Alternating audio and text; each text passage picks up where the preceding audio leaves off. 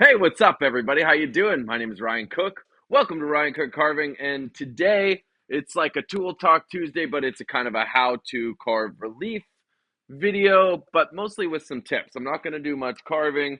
I'm going to put out like a time-lapse video on social media as Ryan Cook Carving. Uh, when I get around to it, I'm working on starting to create some more content. Haven't been putting out much the last little while, and I'm back because we got a big season coming up, and me and Uncle Kevin are hitting the road. But if you know who Uncle Kevin is, awesome. But these one take videos are fun. I am going to talk about, setting depths. So this is just a profile view. So right off the top, when you're doing a relief carving, you got to remember that you're setting your depths. And I always go for profile. If you want something easy to start, this is going to be a little more advanced, and we're going to get into kind of my plan of attack for this thing and what I'm going to do and how I'm going to number it. So, right off the top, I get a profile image. So, what I did was I took an image of this moose here and I projected it onto this, and I then just traced it out.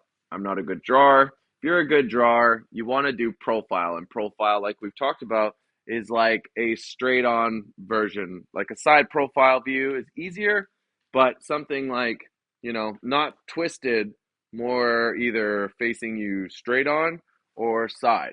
So for me, a side profile is going to be a little easier when we're doing this. Now, what am I thinking about when I'm doing this, right? You're going to look for the wood on the top and make sure there's no cracks. Or if there is cracks, where and how are you going to fix them? And framing. So I'm going to think about the framing right off the top. When you're framing out one of the, cool relief carvings that are becoming very popular. There's some really awesome carvers that do good ones. I can do okay, but I really like Tomas Verba. I think he's got some amazing, amazing relief carvings. And then I can't remember what the guy's name is off the top of my head. I want to say it's Wade, but I don't think it is. Wade Lapp. But he's going to Chetwynd this year. This is going to be a one take video, so I don't know. But if you want to look up Chetwynd International Chainsaw Carving Competition, you can go to their Facebook page or their website, and you'll see one of the carvers listed is an epic relief carver. So for me, what I have always done from just the beginning, actually, I learned on Saw Dogs was when I was on Saw Dogs, we did a relief carving. It was Jason Emmons and I believe Mark Culp and myself, but I was, the apprentice and wasn't really doing anything at all other than just trying to help them and, get out of their way. But, and actually now that I'm thinking about it, we could do something like that. Like I could, because this is going to be out further, I could do a block here and glue it on and then make the antlers on there. But this doesn't have the budget. This is a smaller piece. So what we're going to do is we're going to number it out. So getting back to what I'm talking about earlier, the framing. I'm always thinking about the frame. I'm looking at the wood, how thick it is over here. Because this isn't a slab, this is just an offcut. I'm going to cut out this part here. I know the depth over here kind of fades, so I'm going to try to keep all of this and then connect the antlers to maybe the frame here. So like maybe this top antler will connect to the frame. But the framing needs to stay there and at least have 3 points of contact. I prefer to do that. I think 3 points of contact is always going to give you a little more strength when you are doing these types of carvings and pretty much all types of carvings. Like I love pushing negative space through any piece. Like it's one of the most gratifying things. This video will come out later, but me and Uncle Kevin and Tyler Welfing and who else was here? Benji? I can't remember. I gotta check on my fire. 1 second. Oh yeah, a little sawdust burning. That's all right. So we frame it in, we think about the frame, we think about the size. The base doesn't really matter. I'm going to cut it down. Might put some like trees here, something. This I'll probably do negative space. And, you kind of think about the ways to connect your piece. So then you've got your design. Now you're about to start blocking. You can punch right through right away. That's a given. That's the easy thing to do. It always makes you feel good when you punch right through and you have an instant block out.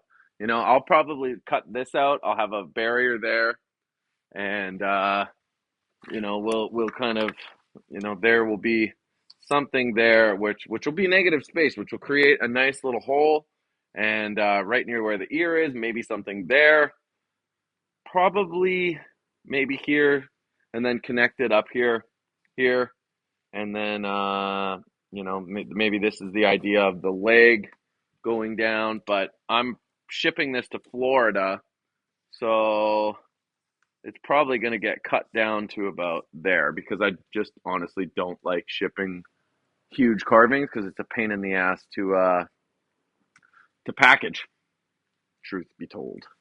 So now where we go. I'm looking at the picture. I always look at the picture, especially a reference picture. That is something you want to make sure you do. And then I start to look, I think about what Pete Ryan always told me, and he really, really drilled that in my head when I first started carving. Pete Ryan, he passed away a couple years ago. He was on Carver Kings with me. He was on Saw Dogs. He was a very influential carver in my life and an amazing person. But I remember he always told me, look at the picture, look at the picture, look at the picture. And it didn't really register until some point in my life when I started to look at the pictures and just see planes. We've talked about planes before, talked about planes many times, and that's a directional change, like that eye is slanted. So I'm looking at the picture here, and I know that my saw, if I'm trying to capture that idea, has to have a directional change and a plane change this way. So the eye I'm going to make the angle of that try to be the angle of this. Now, that being said, I have to find myself a center line, and the center line's obviously the nose in the back, and that's going to be kind of as far as we can go back. So that's almost as deep as you can go. I mean, it's not totally. If I'm going to do this back horn, then maybe, I leave myself a number here. When we number this, we'll do that. I'm probably going to cut this last ear out here, and I'm making this ear come out this way because it will look a little better. They can go any which way they want. That ear can be, going down. It doesn't have to be. So that I put the ear here and can connect it to the antler, and then that will be the way I kind of attempt to do it. So when I'm looking at pictures and looking at the fur, I'm thinking about, here's a good example right here. This is an elk skull. So I'm going to look at the bones, and now you can see here, just like fully looking at this is the side profile. There's what it kind of looks like. You see that directional change, how the eye socket is on an angle there. So hopefully you guys can see this. There we go. So the eye sockets are on an angle. So this is actually great. Their skulls are different, but they're similar. And when I'm carving, I tell this to me and Kev just did this seal piece together, and then the elk. And actually, Kevin had a really big breakthrough when and I'm gonna do a furring video pretty soon, and hopefully he'll be in it. But he had a kind of a breakthrough in the way he does his fur. Now I'm always thinking about bones, then muscles, then how the fur lays on the muscles. Hence the picture there of the old human, and hopefully, I mean that's old, but that's something that reminds me of how I learned.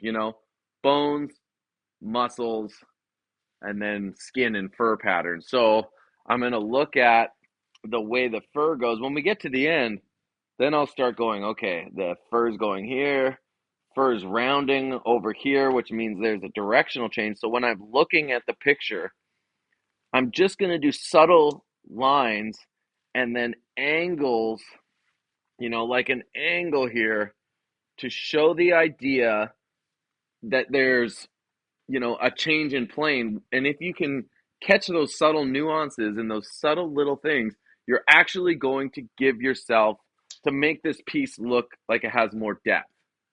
And, by creating subtle plane changes. And that is how you come at it before you start cutting with a plan of attack. So, I'm going to look at the picture. I'm going to see this antler here is the widest part out. So like this is going to be one. This will be the part that is the furthest out. You can get away with doing 1, 2, 3. You really can. You know, you could do, if you're just starting out, maybe don't do the antlers because the antlers are going to be super tricky. Maybe do a fish, something simple, like fish don't have a lot of depth to them. You can catch them in a profile view. This one was profiled out and templated, and you can set your depths as like the cheek being 1, eye 1, kind of 2, 3. You know, keep it simple. Keep it simple. The KISS theory. That's what they always used to tell me. Keep it simple, stupid. And I'd be like, well, that does make sense. So then as it gets more complicated, so like, the antlers for me right now, it's going to be, okay, this is going to be 1, this one probably 2.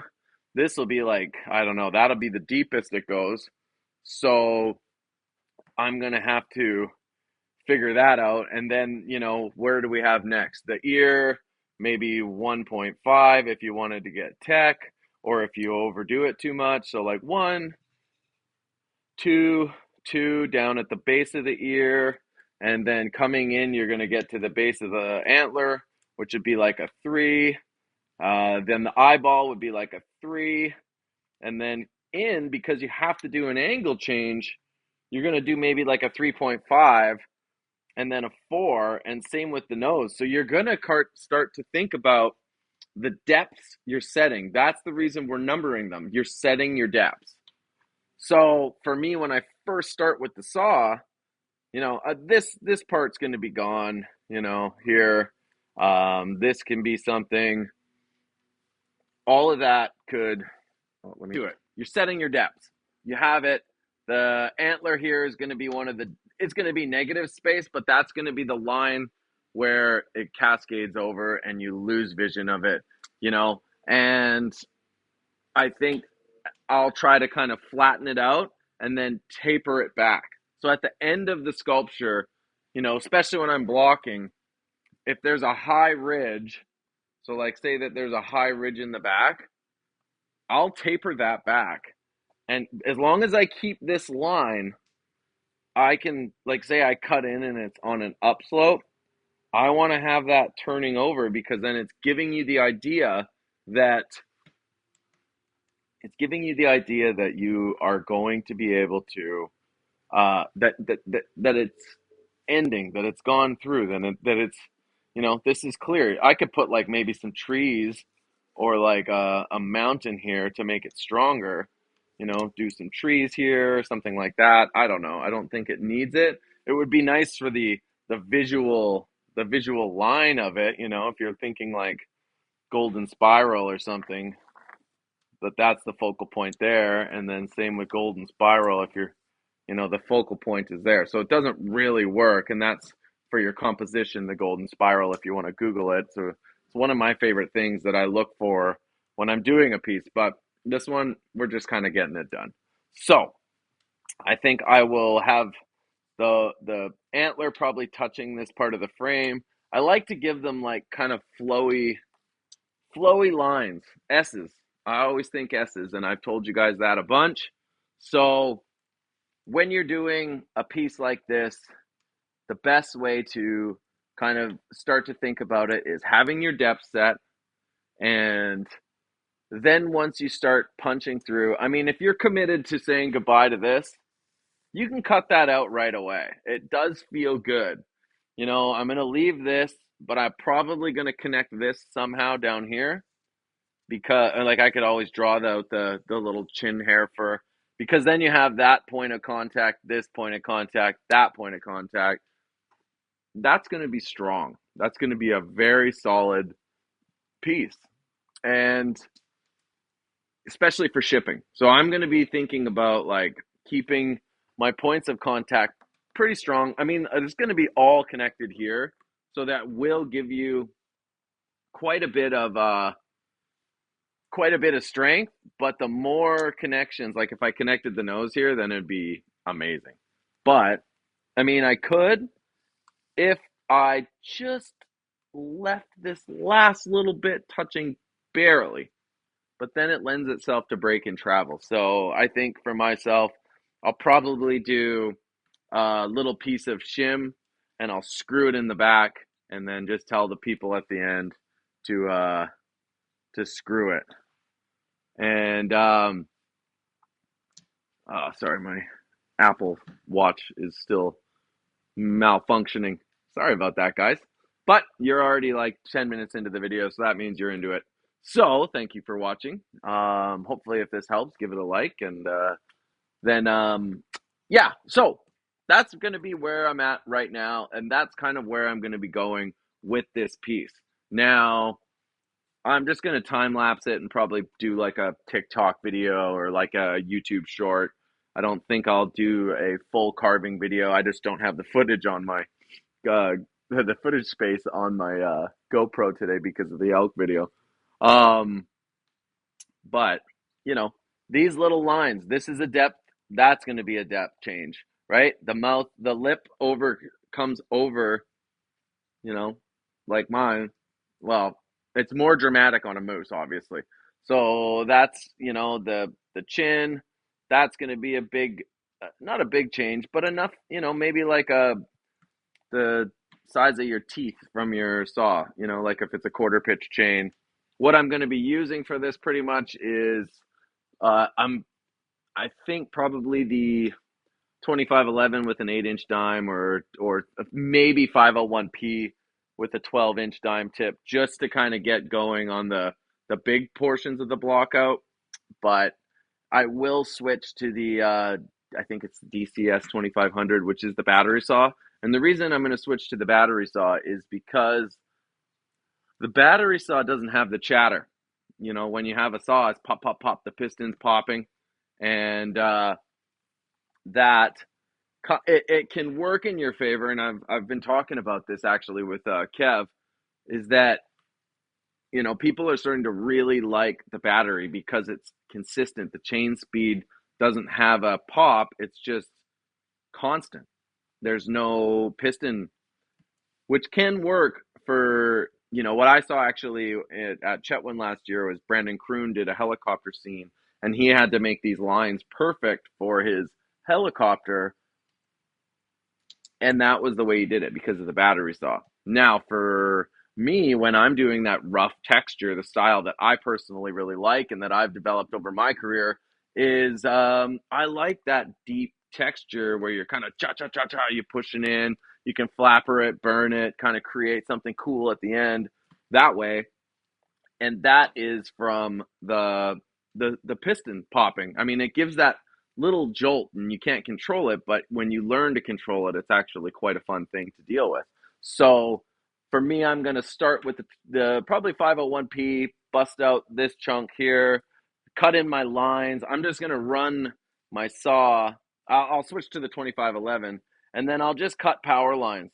I'll cut out the parts here. I maybe not punch all the way through here until I'm fully committed to where I'm, going to go. And then I'll just I'll etch in my lines to where I think the depths are going to be. I've numbered them, but at this point in my career, I kind of mentally don't number them like we've just done. But if you're just getting started, do that. Put a number there, put a 1, put a 2, put a 2.5 on the cheek, because that's going to be out further than, the inside of the cheekbone, because there's that big muscle of the jawbone right there. That's the jaw, and that big muscle from chewing, which connects down to the lower part of the jaw that the elk doesn't have.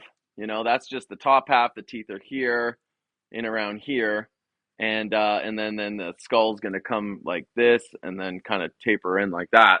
So there's a big muscle that's going to stick out further. That's what I'm saying. So when you really look at the pictures, and my point is, you look at the pictures, you can see exactly what you're kind of after. So once you get that, then it's just a matter of carving, having fun. And once you have it roughed out, then start looking at the pictures, get out your Dremel, get out your die grinder, get out your Makita finger sander, get out whatever it is, your saber tooth burrs, and start creating the textures that are gonna fall over that. So, you make your planes, and think about it. You got the bones, then you got the muscles which lay on top of the bones, and then you got the fur that is on top of the muscles and the skin.